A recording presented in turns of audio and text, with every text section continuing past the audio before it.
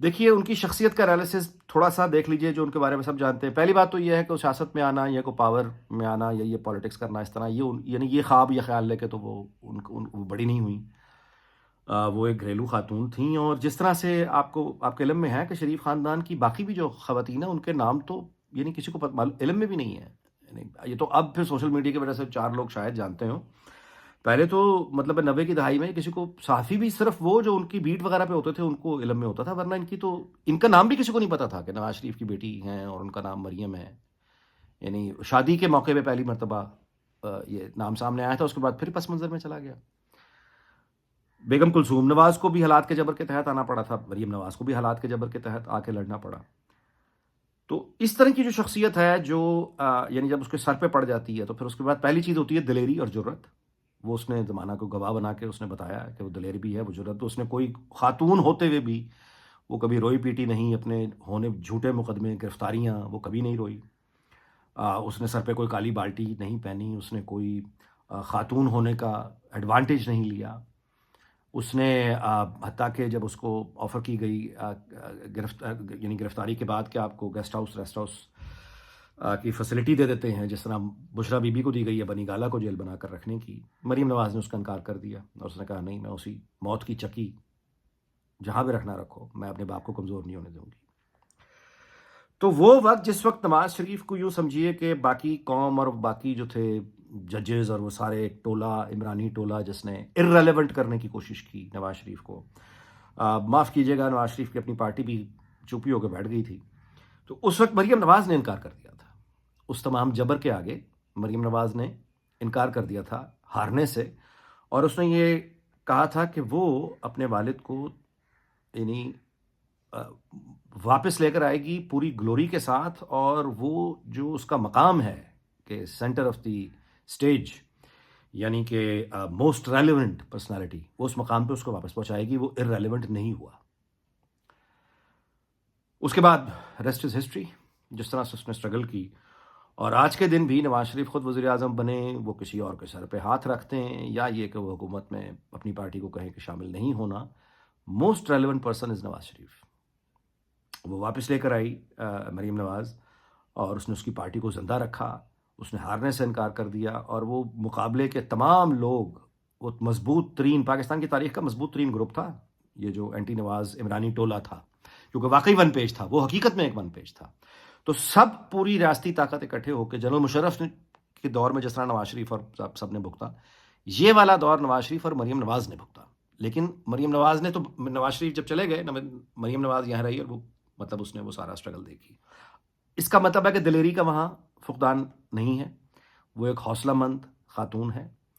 وہ آپ یوں کہیے کہ ڈیرنگ، یعنی اس کے اندر ایک جو کلر انسٹنکٹ ہونا چاہیے ہر ایک حکمران میں، لیڈر میں، جو ہمت رکھتا ہو مشکل فیصلے کرنے کی، جو ہمت رکھتا ہو اپوزیشن کو فیس کرنے کی، جو جرت رکھتا ہو غریبوں کی مدد کرنے کی، اشرافیہ سے وسائل لے کر ان کا رخ موڑنے کی. تو یہ ساری کیپیبلٹیز ان میں ہیں. مثال کے طور پہ یہ مسلم لیگ نون کے منشور میں یہ جو سرکاری اسکولوں کے بچوں کو دوپہر کا کھانا دینے کا وعدہ ہے، یہاں سے پتہ چلتا ہے کہ اب خاتون آ گئی ہے. یعنی وہ بچوں کے لیے یعنی ہیلتھ اینڈ ایجوکیشن میں ہم بہت امپروومنٹ دیکھ سکتے ہیں. ہم انہیں 16 سے 18 گھنٹے یعنی اویلیبل دیکھیں گے، کام کرتے ہوئے دیکھیں گے، متحرک دیکھیں گے. اور جھوٹی خبروں کا بھی میں آپ کو یہ بالکل یعنی کانفیڈنس سے کہہ رہا ہوں کہ پنجاب کی حد تک مریم نواز کی حکومت میں جھوٹی خبر پھر چلانا اتنا آسان کام نہیں رہے گا. یعنی گو کہ پنجاب حکومت مرکزی حکومت نہیں ہے، گو کہ وہ والی طاقت بھی ان کے پاس باقی اداروں والی نہیں ہوگی، لیکن بطور وزیر اعلیٰ وہ جتنا بھی جھوٹی خبر اور یہ جو گھٹیا پروپیگنڈا ہے، جھوٹا پروپیگنڈا، اس کے خلاف جو بھی قانونی کارروائی ہے وہ کریں گی. مثال کے طور پہ ابھی یہ جو جھوٹی یہ جو بیلٹ پیپر والی خبر آئی ہے، کھرل یہ جو ویڈیو سارا ڈرامہ ہوا ہے، اس میں پریس کانفرنس کی گئی ہے، مسلم لیگ نون کی طرف سے مذمت کر دی گئی ہے.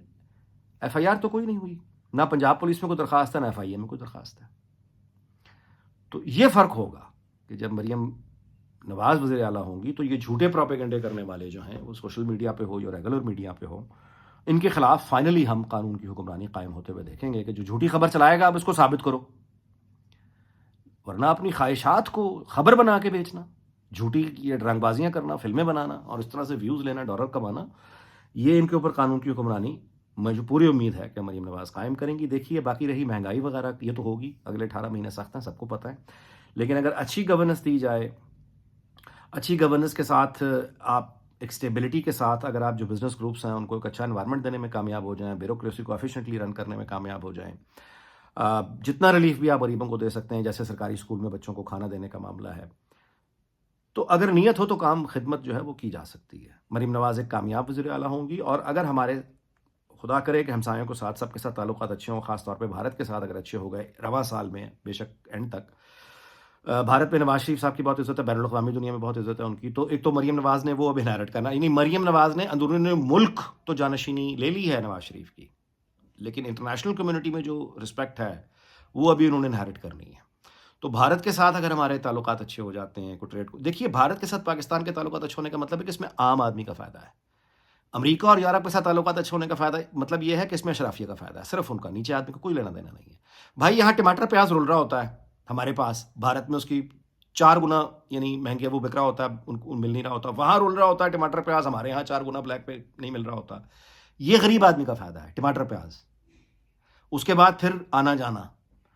اچھا وہ جو ہمارے ڈرامہ, یعنی جو بھارت میں اس کی ڈیمانڈ ہے, ہمارا میوزک, ہمارے کپڑے, ہماری مصنوعات, اچھا وہاں کی چیزیں یہاں, تو یہ ٹریڈ سے ہمیں بہت ریلیف مل سکتا ہے اگر ہم راہداری بن جائیں ان ملکوں کی. وہی افغانستان والا پرانا فارمولا سینٹرل ایشیا تک, تو بھی ظاہر ہے کہ بہت, تو اس کے لیے ہمیں ایک بہت کریڈیبلٹی والا, ایک رسپیکٹ والا لیڈر چاہیے.